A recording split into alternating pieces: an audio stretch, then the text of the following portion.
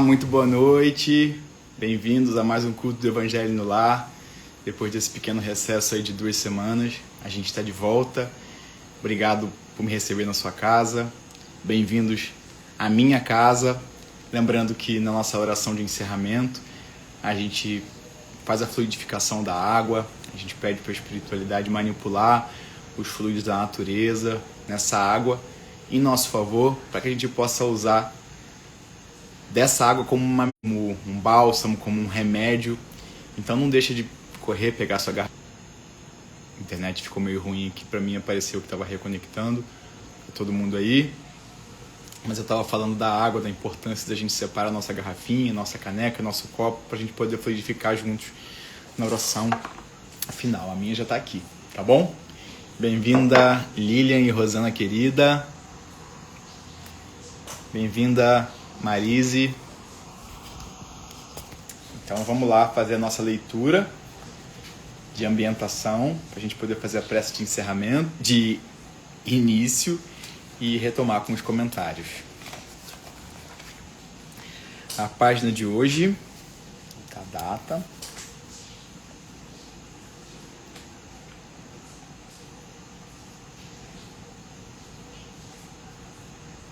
É mais não do que sim. Ó. Do livro Vigiai e Orai.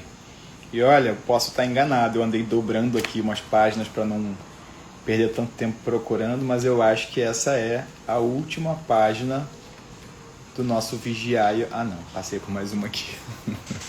Toda semana eu anuncio que esse livro está acabando. E sempre tem mais uma. Bem-vinda, Alessi. Mas vamos lá. Mais não do que sim. O não que escutas repetidas vezes ensina-te a discernir. Antes de algo negares ao próximo, pensarás no que te foi negado em idênticas circunstâncias. Sem sofrer o que outros sofrem, ninguém saberá o que se lhe passa no íntimo. Quem não sabe viver com o não, não saberá o que fazer com o sim. Liberdade excessiva é sinônimo de vida fora da realidade. Quem não aprende a obedecer, quando contrariado, terá reação imprevisível. Irritação sistemática é doença na alma. Habitua-te a privar-te do que não seja necessário à tua paz. Cede nas questões que não te forem essenciais. Em favor de si mesmos, todos necessitam de mais não do que sim. Que página maravilhosa.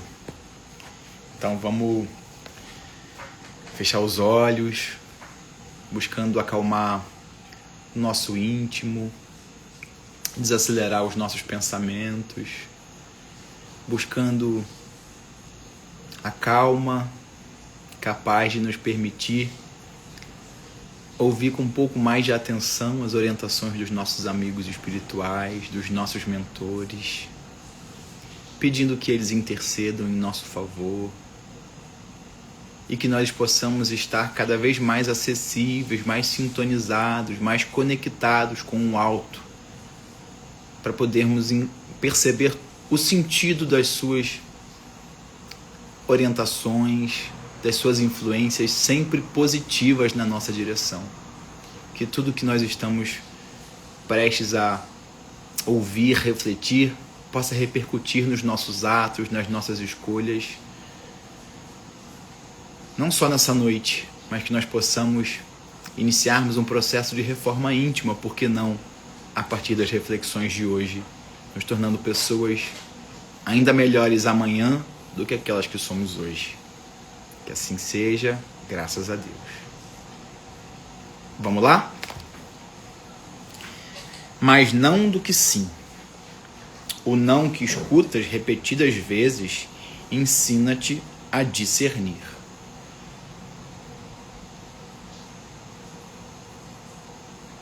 O não que escutas repetidas vezes ensina-te a discernir. Tentando pintar um cenário aqui, né, onde a gente possa exemplificar. E a primeira coisa que me vem à cabeça é um pai, uma mãe, diante de um filho na adolescência, onde a gente é tão imaturo, né? e não tem a percepção da profundidade das nossas escolhas, as consequências dos nossos atos impulsivos. E os nossos pais, que já passaram por tanto quanto a gente nem imagina que eles já passaram, sabem exatamente onde aquelas escolhas vão nos levar. E eles conseguem perceber a profundidade dos nossos equívocos, mas a gente não. E aí, eles sempre falam: um dia, meu filho, você vai estar no meu lugar e você vai compreender a importância desse não que eu te dou.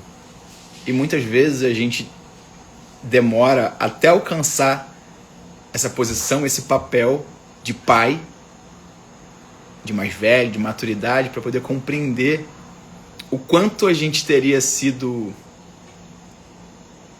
o quanto a gente teria encontrado resultados muito mais leves se a gente tivesse ouvido aqueles nãos dos nossos pais com o coração mais sereno, não tão armado, porque quando a gente é adolescente a gente não gosta de ouvir não, a gente acha que a gente é senhor de tudo, que a gente sabe de todas as coisas. Então ele fala que o não que escutas repetidas vezes ensina-te a discernir. Se eu não sei discernir, quem é que sabe? Talvez quem já tenha trilhado esse caminho, já tenha encontrado a maturidade por ter acompanhado situações semelhantes, experimentado na própria pele.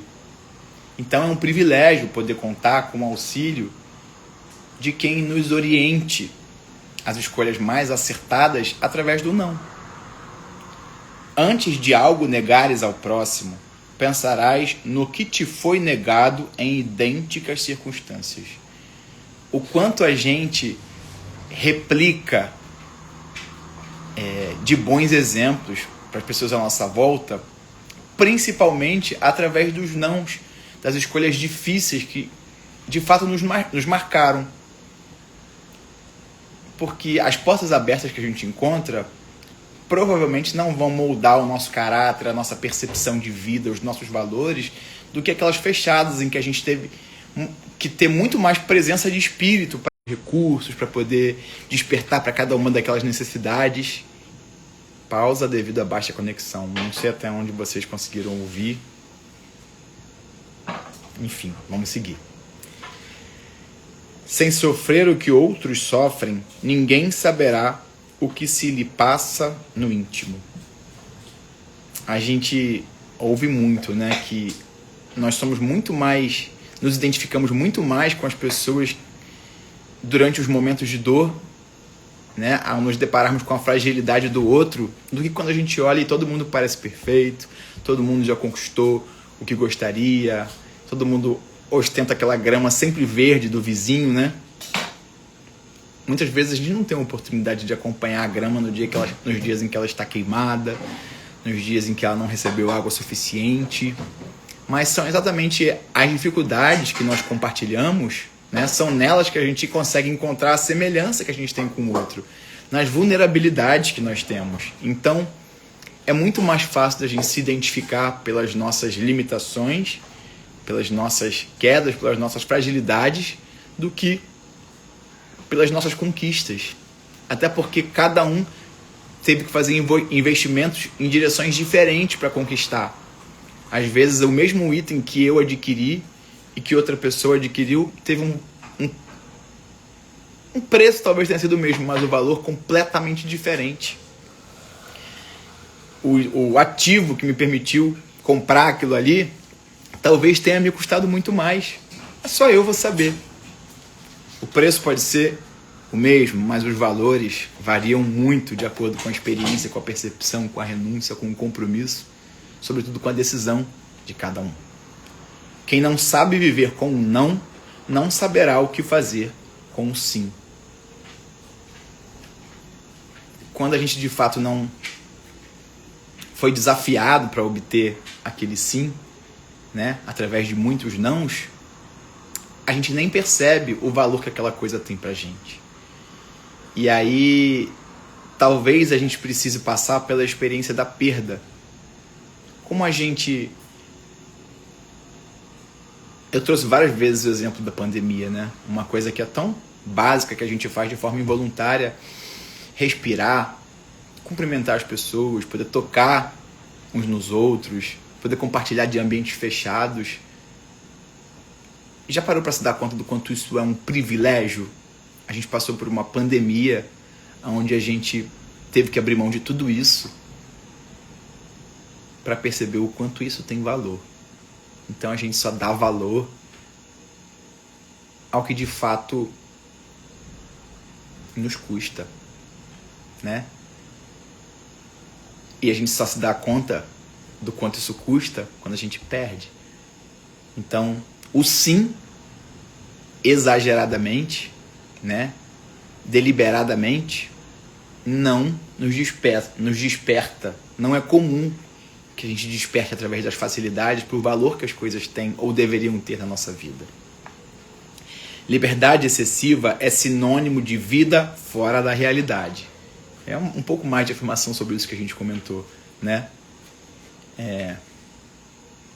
Eu quero ter muita liberdade, eu quero ser livre, e você nem sabe o que fazer com aquela liberdade. A gente anseia tanto por uma liberdade que a gente nem sabe o que compreende, que quando a gente tem horas livres, horas de descanso, a gente se culpa porque a gente acha que a gente devia estar fazendo algo, produzindo algo naquele momento. Você se identifica com isso? Eu me identifico. Quero tantos dias de descanso. Nos meus dias de descanso eu não sei como fazer com o ócio. Não sei o que fazer. Eu deveria estar fazendo alguma coisa ou não. É muito importante que a gente tenha essas pausas. Mas tão importante quanto são os momentos que eu estou produzindo, ocupado. Não só em meu favor, mas em favor do outro também. Para que eu aprenda a dar valor por esses intervalos que são necessários. No tempo e na medida certa. Quem não aprende a obedecer quando contrariado, terá reação imprevisível. Então, se eu só recebo sims, se eu acho que eu estou sempre cheio de razão, a hora que eu encontrar uma adversidade, uma situação que não seja tão favorável quanto eu imagino, eu vou ter muito mais dificuldade de me manter equilibrado, de encontrar de obter estabilidade emocional para passar pelas provas que só me encontram quando eu estou pronto. Mas eu vou ter ainda mais dificuldade de perceber o quão pronto eu estou. Bem-vinda, Maristela. Irritação sistemática é doença na alma. Eu sou uma pessoa que preciso me vigiar muito mais com relação a isso, a irritação sistemática. Às vezes eu me envolvo com alguma questão e ela me destempera e eu só me dou conta lá na frente, quando eu já dei vários tropeços, quando eu já falei várias coisas que eu... não são coisas que estão no meu coração, estão só da boca para fora. E aí, quando eu me dou conta, às vezes eu percebo que eu coloquei os pés pelas mãos e muitas vezes que eu não precisava. Não é verdade? Então, a irritação sistemática, muitas vezes a gente vai deixando passar questões que a gente deveria lidar. E por N fatores, a gente não se dá conta, não se mobiliza, não se compromete em mudar aquelas coisas. E aí qualquer coisa que sai do seu prumo te tira do equilíbrio e qualquer coisa vira gota d'água. E aí você só se dá conta que se destemperou depois que você já catou esse cavaco, já tropeçou e já está lá longe, já machucou todos os dedos dos pés, falando de forma figurativa. Então, o quanto é importante a gente cuidar da nossa saúde mental, do nosso equilíbrio, a gente buscar encontrar a concórdia no seio familiar, buscar fazer as pazes com quem a gente está brigado, buscar se comprometer com atividades que nos levem ao relaxamento, no nosso descanso, buscar atividades profissionais que sejam de acordo com aquilo que a gente gosta, porque senão tudo pode ser a gota d'água. Irritação sistemática é doença na alma. A doença está impregnada em você pelo quanto você negligencia ter que lidar com aquela fragilidade que você não se sente preparado. E aí qualquer coisa te destempera. Bem-vindo, Jaime. Habitua-te a privar-te do que não seja necessário à tua paz. O quanto a gente desperdiça da nossa energia, dos nossos recursos com excessos que não tem qualquer significado pra gente. E aí pode ser que no momento em que você precise conviver com menos, você esteja ainda mais sensível. Então, a gente vem até de um momento... Hoje em dia a gente voltou um pouco mais falando do universo da arquitetura, também da moda, né? Do maximalismo, né? A gente veio de um momento em que as pessoas estavam muito em colapso nervoso, com muita coisa de um consumismo muito grande, e a gente passou por um momento de minimalismo, onde as pessoas passaram a questionar os seus hábitos de compulsão por compra, por comida, por tantas coisas, e agora as pessoas voltaram de novo, né, em algum momento talvez elas tenham se sentido desconectadas da sua origem, né, já que isso veio como uma onda para fazer com que a gente se questionasse pelo nosso consumismo, pelas questões climáticas, e acho que algumas pessoas precisaram recalcular a rota e retornaram ao maximalismo, né, que é voltar de novo a ocupar todos os ambientes em que elas se encontram, com as suas memórias, com as suas escolhas. Bem-vinda, Silvia. Mas no minimalismo há esse questionamento do quanto eu preciso para lidar com a minha rotina, com as minhas escolhas, e eu mantenho a quantidade de roupas que eu não uso e eu mantenho enquanto tanta gente está precisando, a quantidade de recursos que eu desperdiço adquirindo roupas que eu nem vou chegar a usar, a quantidade de energia que eu mantenho estagnada no meu guarda-roupa. A gente, lá em casa, minha avó desencarnou recentemente, meu avô desencarnou primeiro, depois minha avó, e eles tinham a casa da família, né, onde a família inteira se encontrava, com anos de recordações. Era a casa de veraneio, depois virou a casa da família, e a casa estava sempre cheia. E aí quando meu avô desencarnou, algumas coisas daquele acervo que ele tinha construído em vida foram repassadas, destinadas para os netos, para outras pessoas, e aí minha avó continuou na casa até que ela desencarnou. E aí quando ela desencarnou, as filhas, a família, passaram por esse período de esvaziar aquela casa, né? Que ia ter que encontrar uma nova destinação. E aí a gente não se dá conta, e foi um alarmezinho assim para todos nós, né? Do quanto a gente acumula coisas ao longo da nossa vida, esperando a oportunidade de usar um dia que talvez nunca chegue. A gente ocupou espaços ali que a gente deixa de usar da nossa casa, guarda coisas que a gente até precisou no outro momento, mas nem lembrava que tinha. E o quanto a gente não vai precisar de empregar do nosso tempo para reorganizar toda essa bagunça que a gente nem se deu conta que estava gerando, porque a gente mantinha tudo de uma forma tão organizada. A gente ficou pensando muito sobre isso, do quanto eu mantenho sob o meu teto, sob o meu poder, sob o meu acervo, com que utilidade? Então quando ele fala... habitua-te a privar-te do que não seja necessário à tua paz. Não só pensando na gente, mas também pensando em quem fica. Também pensando, não estou de forma alguma questionando meus avós, reclamando de nada. Só trazendo essa reflexão do quanto a gente parou para pensar, do quanto a gente acumulou durante a vida, do quanto a gente acumula todos os dias sem necessidade. Minha esposa brinca comigo que ela veio morar aqui em casa e eu tinha um apego até os potes de margarina. Então nada eu queria dispensar, tudo tem um valor afetivo, emocional, apegos bobos que a gente tem, coisas que a gente mantém ocupando espaço, ocupando sem necessidade alguma. E aí a gente fala disso não só dos bens materiais, mas também quantidade de coisas, de questões que a gente arrasta ali. Enquanto eu não resolver isso, eu não vou desapegar dessa... E fica ali drenando as nossas energias, a nossa faculdade mental, a nossa possibilidade de voltar a se relacionar com pessoas que a gente cortou do nosso convívio porque tiveram uma atitude diferente em determinado momento. Já parou para analisar isso? para pensar sobre essa perspectiva? Bem-vinda, Simone, querida. Tá rindo, né, Silvia? Se identificou? Cede nas questões que não te forem essenciais. Tá bom se o outro sabe mais ou menos, ou julga saber. Tem uma frase que me vem muito à cabeça também, que eu já li em vários momentos. Ser feliz ou ter razão? Às vezes a gente desperdiça tanta energia querendo ter razão. Pra quê?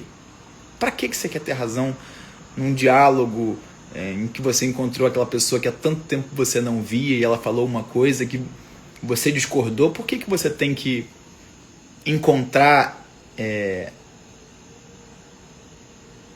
sair dali vitorioso em vez de deixar aquela pessoa ganhar, aquela pessoa falar sobre o que ela está sentindo? Quanto às vezes a pessoa pergunta como é que você está, e aí você,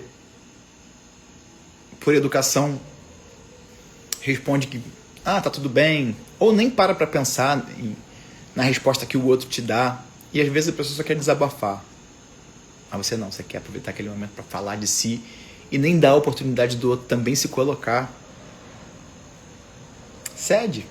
Ser feliz ou ter razão? Em favor de si mesmos, todos necessitam de mais não do que sim. O não educa. O sim nos encontra quando a gente está pronto, ou em questões que não têm relativa significância para o nosso dia a dia. É o não que educa a gente, é o não que nos faz recalcular a nossa rota, é o não que faz a gente diminuir a nossa prepotência, a gente perceber as nossas limitações, perceber a necessidade de reinvestir, de refazer, de recalcular, de amar mais, de desapegar mais. Muito boas as reflexões dessa página.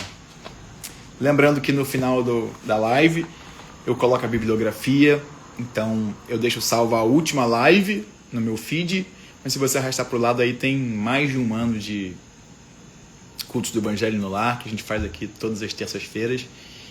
E outro lembrete é que a gente também está com um canal no YouTube, onde a gente sabe que tem outra propagação, o conteúdo, outra abrangência, outro tipo de algoritmo.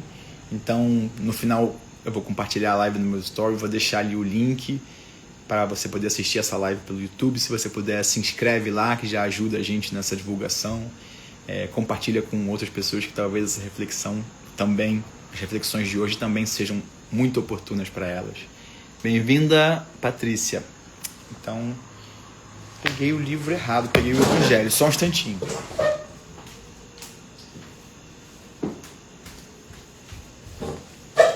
Pronto. Minutos com Chico Xavier. Essa é a segunda leitura da noite.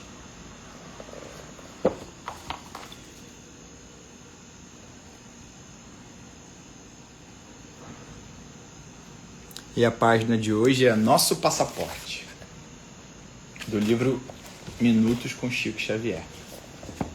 Vamos lá?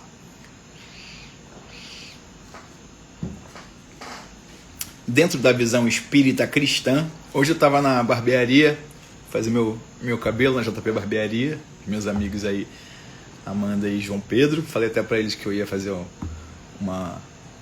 a menção deles hoje na live. E aí um dos barbeiros perguntou: onde é que você ministra?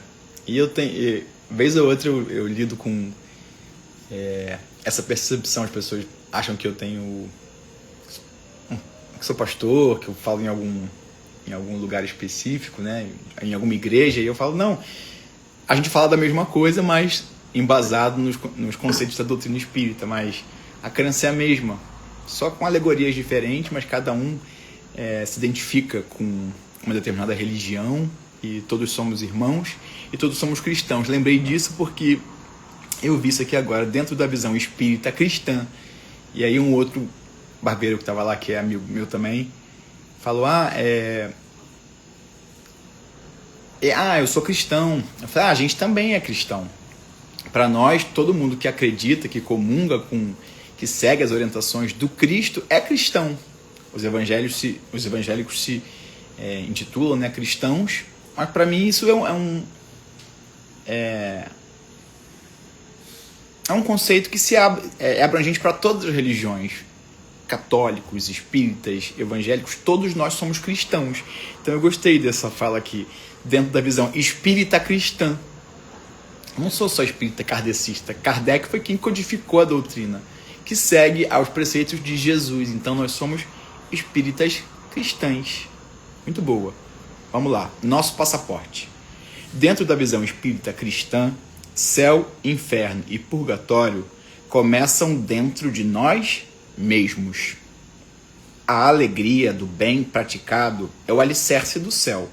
A má intenção é um piso para o purgatório e o mal devidamente efetuado, positivado, já é o remorso, que é o princípio do inferno. Então está falando das mesmas figuras de linguagem com um tratamento com base nos conceitos da doutrina espírita. Bem-vinda, Daniele. Então vamos desenvolver isso um pouco mais à frente. Essa frase foi dita por Chico Xavier no livro Entender Conversando. Comumente se fala que, ao desencarnarmos, morrermos, nós desejamos ir para o céu e não passarmos nem raspando pelo inferno. Você concorda com isso? Chico Xavier, com a sua visão mediúnica, capaz de descortinar a realidade que nos aguarda além da morte, esclarece que, na verdade, céu, inferno e purgatório principiam dentro de nós mesmos. Todos eles têm início aqui dentro. Dentro de quem eu sou, do que eu pratico, do que eu me comprometo.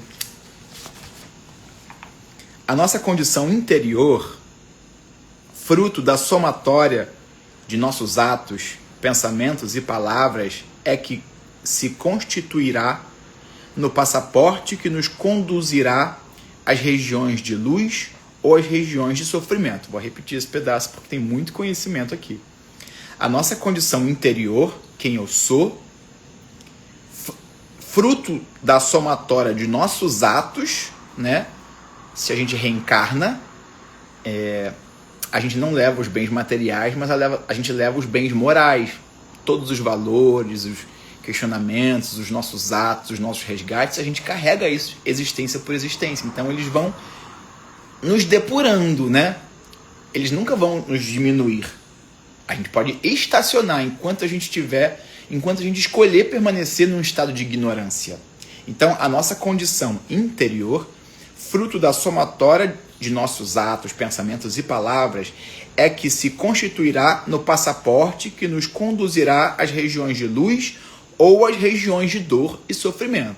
Então, com base nas escolhas, nas minhas atitudes, nos meus pensamentos, ou eu vou permanecer estacionado, né?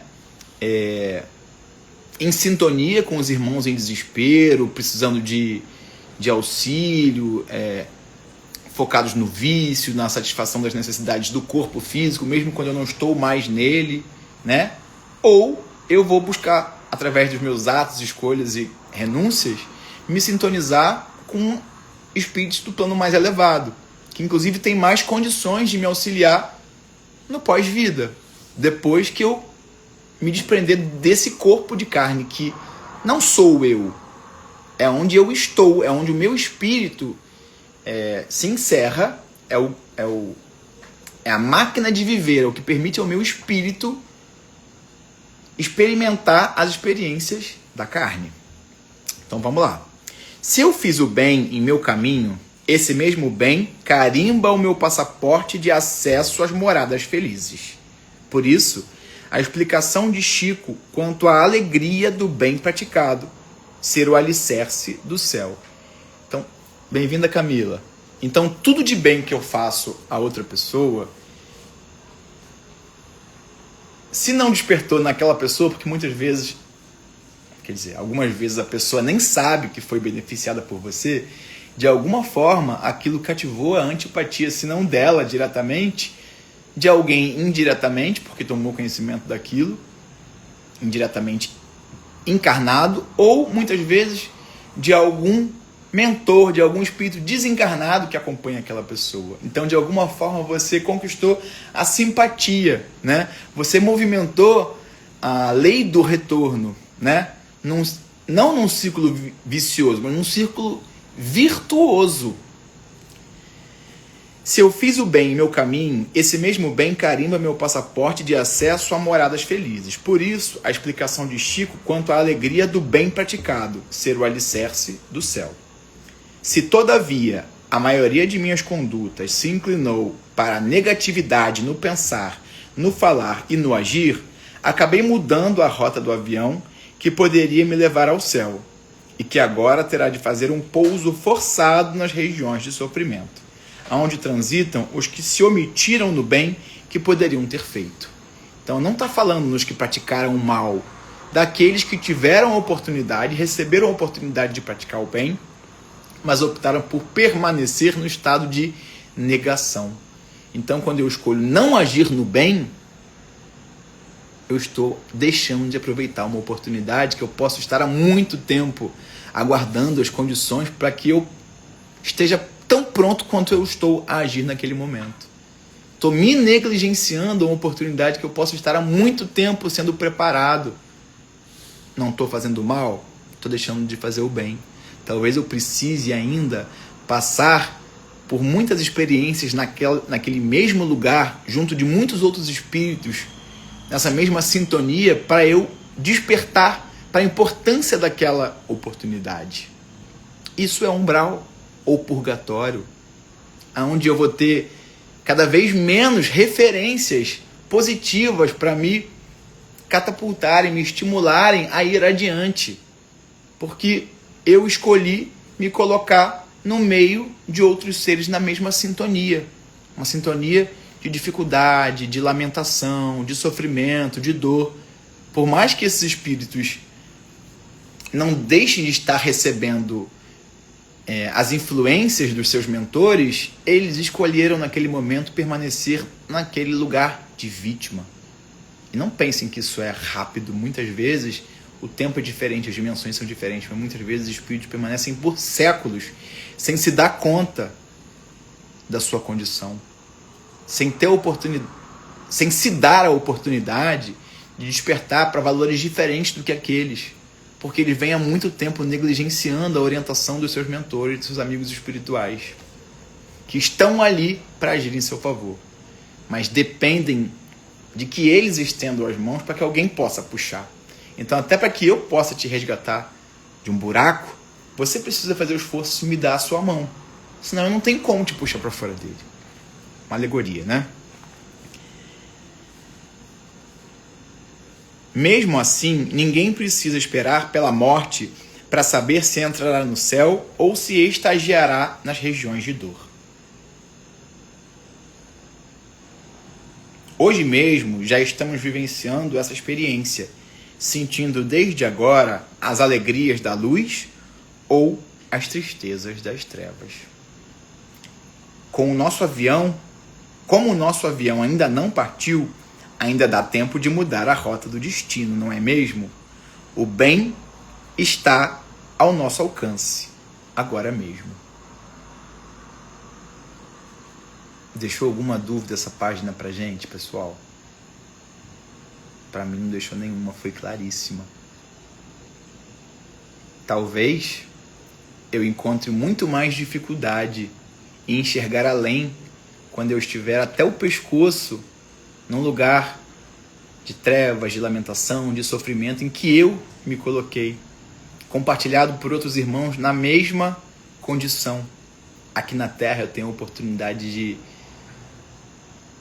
canalizar a minha mediunidade com os meus mentores ou com os meus obsessores, e ainda de me colar, de me cercar de espíritos comprometidos em impulsionar o nosso desenvolvimento, ou mais comprometidos em crescer, né, nas suas provas, e aí poder estar próximo, observar aquele exemplo, se colar, participar daquele movimento, também vai nos ajudar. Então, com o que é que eu escolho nutrir o meu espírito quando eu estou aqui? Com boas companhias, com boas atitudes, com renúncia das más tendências, com a satisfação única e exclusiva das necessidades do meu corpo físico. O quanto eu estou atento para as oportunidades que eu tenho de engrandecer, de me engrandecer enquanto ser imortal, como homem integral, como irmão de todos os outros seres encarnados nesse mesmo planeta. O quanto eu estou atento para o meu papel, para a minha responsabilidade nesse estágio em que eu me encontro, nesse planeta de provas e expiações. Reflexões também muito boas nesse livro, para a gente poder aí voltar quantas vezes a gente quiser, né? Que a doutrina espírita é a religião, né? A doutrina que mais oferece material bibliográfico, literatura, para a gente estar investindo através de romance, de ensino técnico, investindo em reflexão, em despertamento. Que bom que a gente pode contar com mais essa oportunidade em nosso auxílio. Que a gente consiga aí contagiar tantas pessoas que estiverem à nossa volta precisando nesse mês aí, que é um mês de consciência, né, para o despertamento. Que a gente consiga ser ferramenta útil de Deus na vida de tantos irmãos que atravessam tantas dificuldades sem nem se dar conta do porquê estão sintonizados naquilo, sem perceber o quanto as suas escolhas equivocadas ou a falta de atenção nas oportunidades diante de si os sintonizam com o mal, com a lamentação, com o desequilíbrio mental. Que a gente possa estar sintonizado cada vez mais com os nossos mentores e ser emissário da luz, não da treva, no meio em que a gente foi convidado a colaborar. Porque não é por acaso que a gente foi inserido no meio em que a gente está. Seja na família, seja no trabalho, seja nos amigos, na cidade. A gente também tem um papel. A gente também tem uma responsabilidade. Que a gente consiga usar isso em nosso favor. Usando na direção dos nossos semelhantes. Então é isso. Vamos orar, fazer nossa oração de encerramento. E lá no início eu lembrei da importância de a gente pegar uma garrafinha de água para a gente agora poder pedir para a espiritualidade manipular esses fluidos em nosso favor, fazendo dela um remédio, um elixir, para que a gente possa usar isso como mais um recurso ao longo dessa semana. Então fechamos os nossos olhos, buscando conexão com o alto, com os nossos mentores, com um Deus soberanamente justo e bom, com Jesus, nosso mestre, governador desse planeta querido, espírito tão evoluído, que aceitou a missão de, sem precisar exatamente, ocupar um corpo de carne para nos mostrar o quanto são palpáveis, atingíveis, todas as suas escolhas que nos parecem tão distantes, mas que na verdade estão tão próximas. Desde que nos comprometamos com a renúncia, com o despertamento, com a reforma íntima, que essas reflexões, mestre, possam nos fazer perceber o quanto pequenos ainda somos, mas o quanto próximos estamos do exemplo acessível do nosso mestre maior, Jesus. Que possamos nos enxergar nos braços, nas necessidades dos nossos irmãos encarnados como pais, como filhos, como amigos, como adversários.